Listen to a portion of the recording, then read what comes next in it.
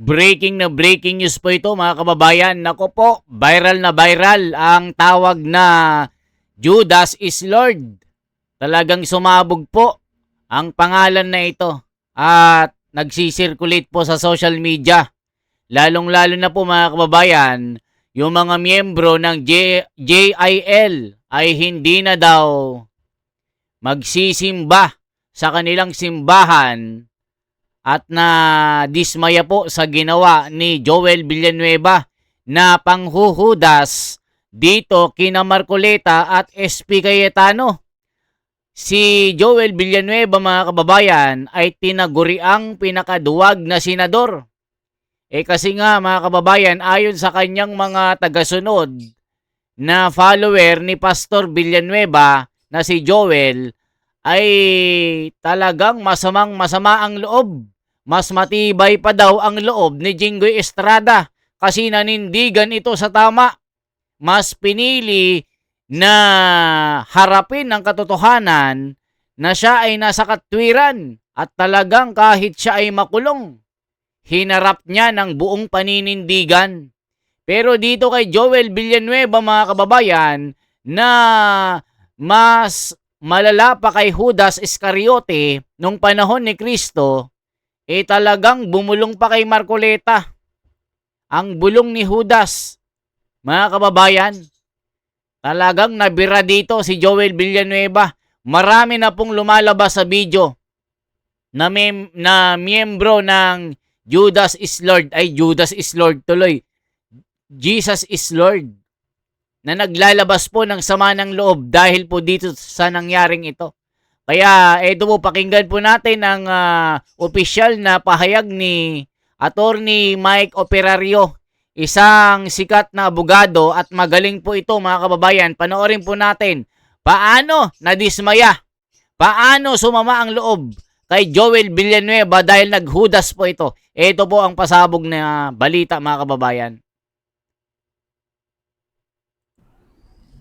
And today, naging official na nga si Senator Villanueva has joined the camp of Senator Win Gatchalian.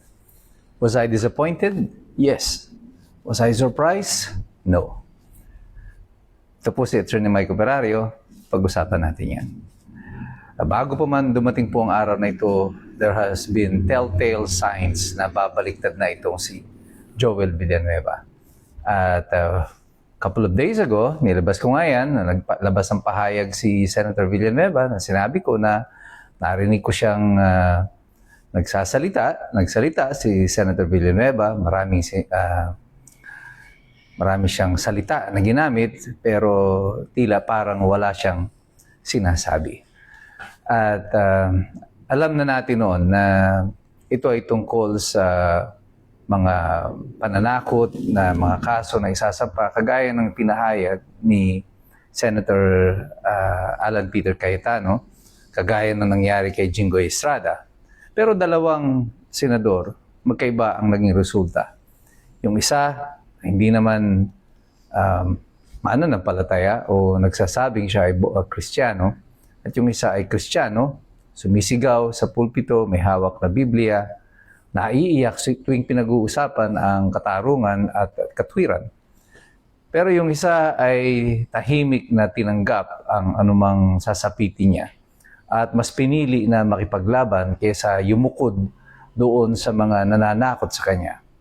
At yung isa ay tila parang bumigay na doon sa pressure ng pananakot. At sa kanya pagbabalik doon sa Senado, muli babasahin ninyo yung body language ni Senator Joel Villanueva. Yung mga taong kumakamay sa kanya, parang imbis na maging masaya, ay parang nalungkot pa. Tingnan nyo yung mukha ni Kiko Pangilinan. Sabagay, lagi naman mukhang malungkot yun.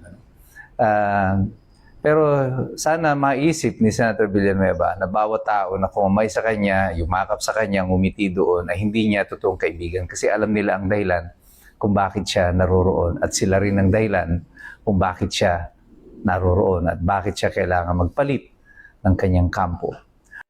Ayan mga kababayan, kasi nga po, gaya po ng ginawa nila kay Jinggoy Estrada, araw-araw na tinatawagan, oras-oras, minuto tinatawagan para takutin na lumipat dito sa mga sa mga Bendalo group, mga kababayan, na pinamumunuan ni Tito Soto na Bendalo.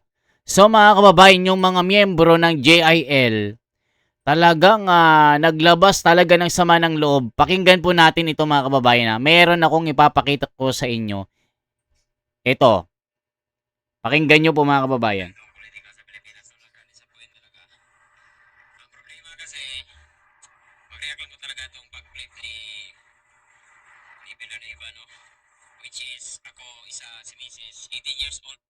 Ayan mga kababayan, so Kuya Jawo. Tignan po natin mga kababayan na ipakita ko lang sa inyo ito. Ito po, Kuya Jawo. Ipakita ko lang sa inyo mga kababayan. Kuya Jawo. Ipakita ko lang sa inyo ha.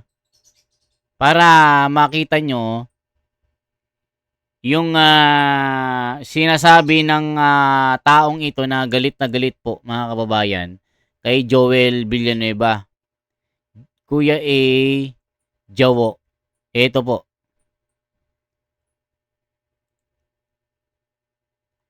Kay Joel Villanueva po ito. Miyembro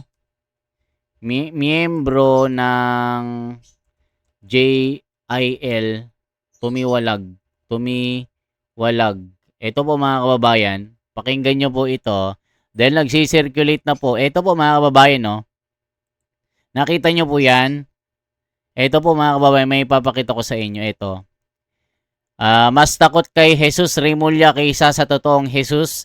JIL member. Tumiwalag na matapos ang paglipat ni Joel Villanueva sa Bendalo. Ayan po mga kababayan. Ito po yung itsura niya. Oh. Yan po. Kung makikita nyo po, yan po yan. So, may video po yan mga kababayan. Ipakita po natin. Ito po. Pakinggan nyo po ito. Pero mismo leader. Wait lang, yung walang tugtog. Ayan o, nakakahiyang maging born again. Ilang kasapi ng Jesus is Lord Church. Dismayado sa paglipat ni Joel Villanueva sa Bendalo. Ito po mga kababayan ko yan. No? Kung makikita nyo po. Talagang Bendalo ang nangyayari yan. No? Makikita nyo. Galit na galit yung mga miyembro ng JIL kay Joel Villanueva dito. O, ipakita pa natin yung iba. Nasaan yung mga from Jesus is Lord to Junior is Lord. Nako po mga kababayan. Ang ginodiyos na ni Joel Villanueva si Junior na. Nako po mga kababayan ko. Nasaan pa yung mga video dito. At si Kiko Barsaga naman mga kababayan. Judas is Lord. Ito na po ang kataga na bansag kay Joel Villanueva. Nako po mga kababayan. Nakakahiya po ito. Nasaan yung mga video dito? Wait lang mga kababayan na. May mga video po ito na nagsisirculate. Hanapin lang po natin ito. Kuya Jawo. Ito po mga kababayan. Dapat yung walang walang Politika sa Pilipinas, so nakadisappoint talaga.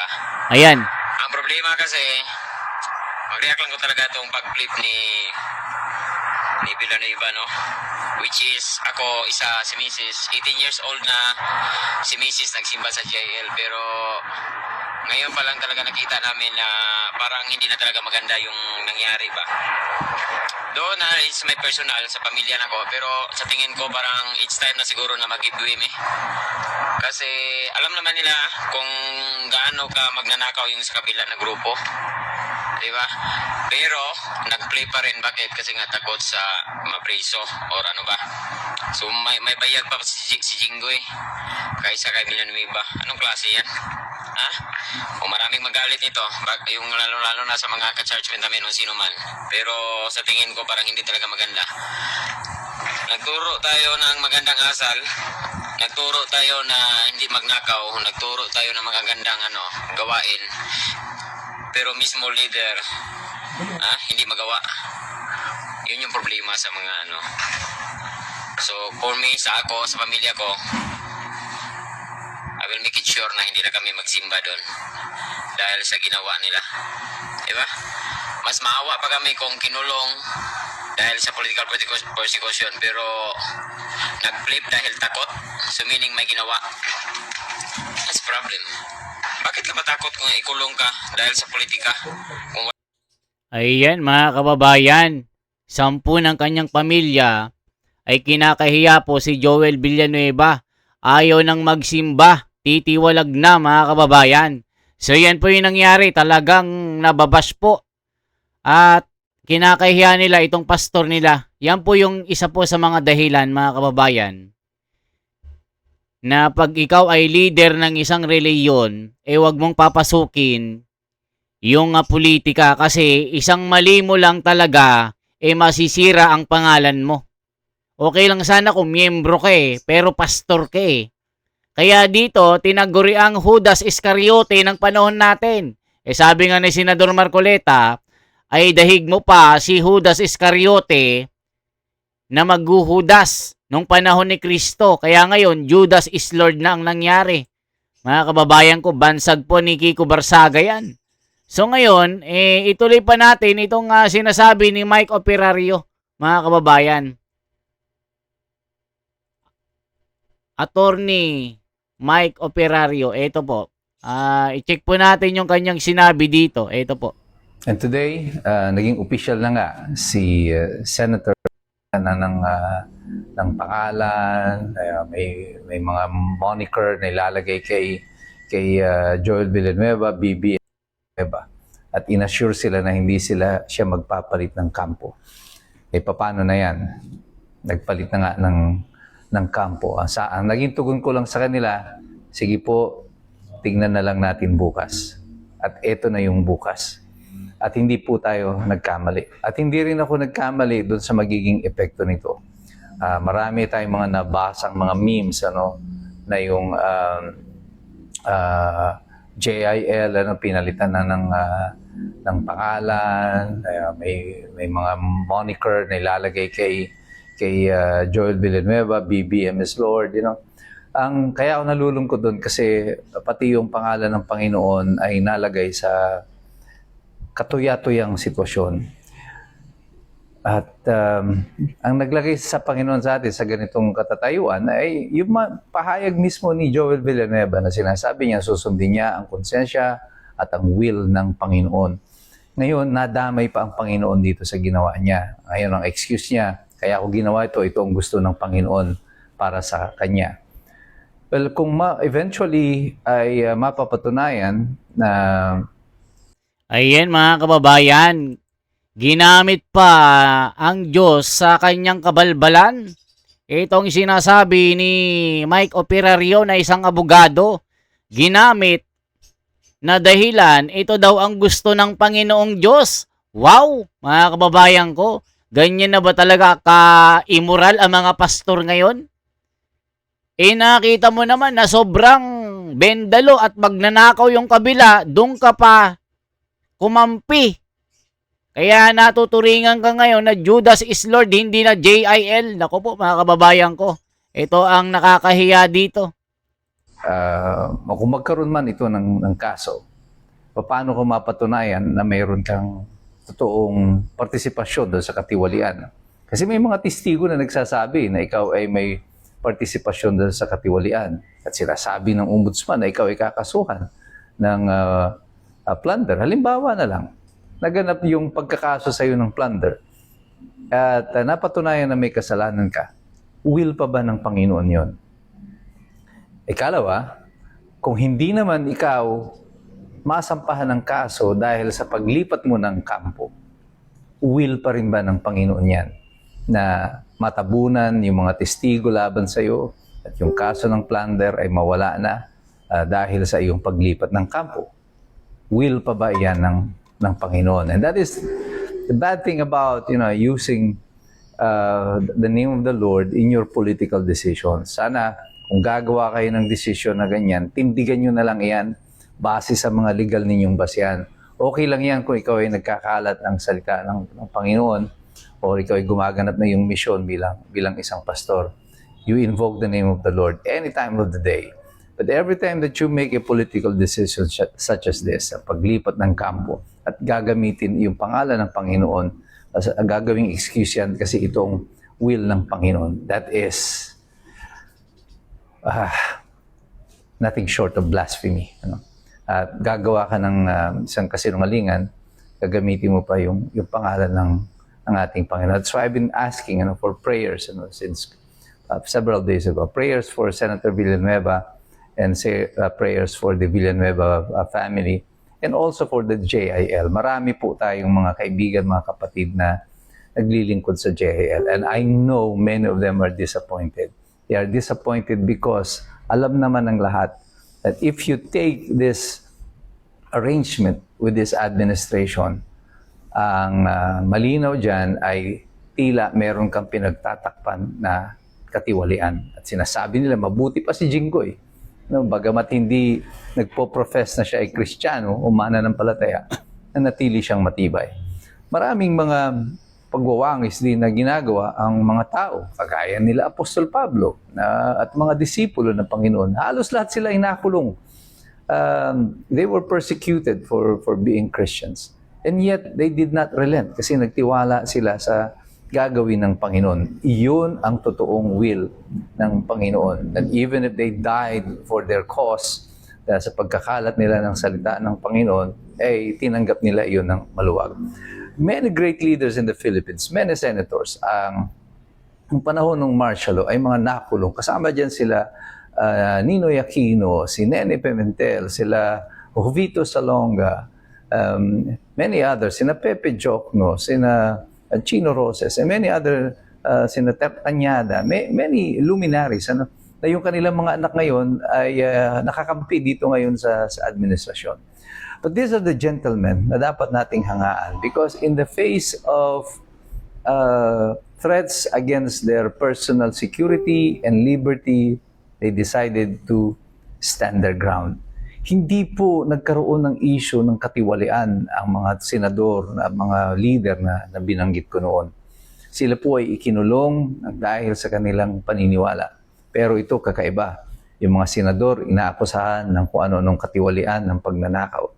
Totoo yan o hindi, ibig sabihin nito, may dahilan kung bakit ikaw ay natatakot dahil merong isang senador na tinakot din pero hindi bumigay at hindi natakot.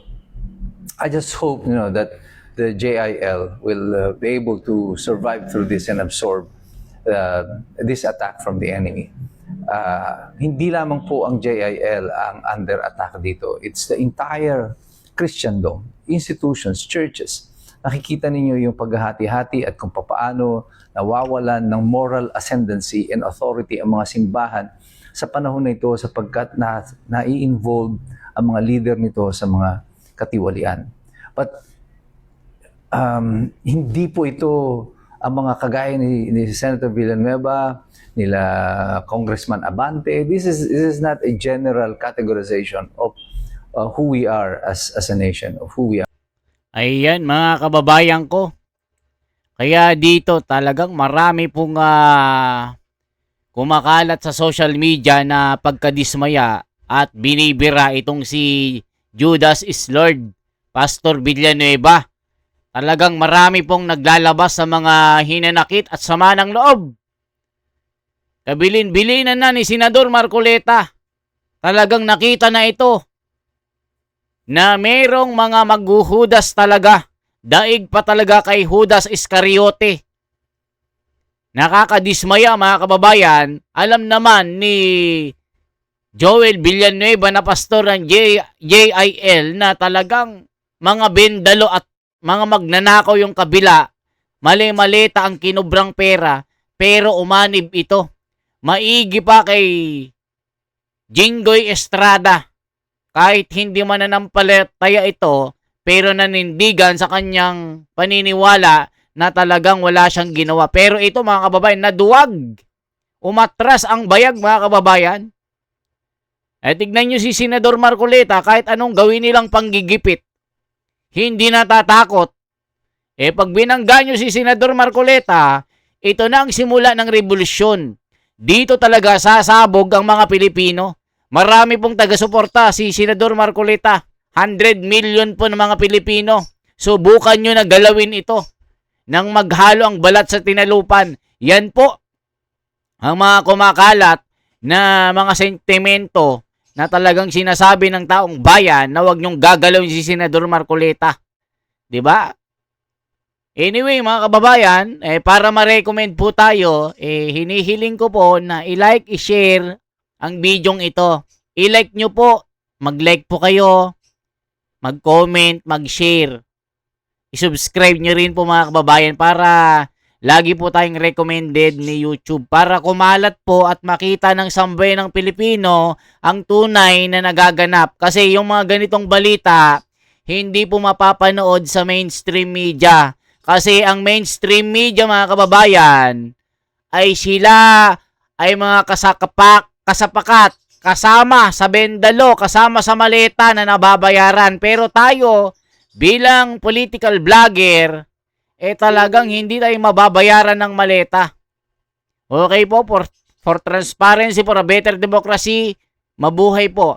At bali-balita talaga na may rally po, na malakihang rally, dambuhalang higante ito. Kung makita nyo po ako mga kababayan, magpa-picture po kayo sa akin. Hindi ako mahiyain mga kababayan kung makikilala nyo po ako mga kapatid. Magpa-picture po kayo, okay? Salamat po.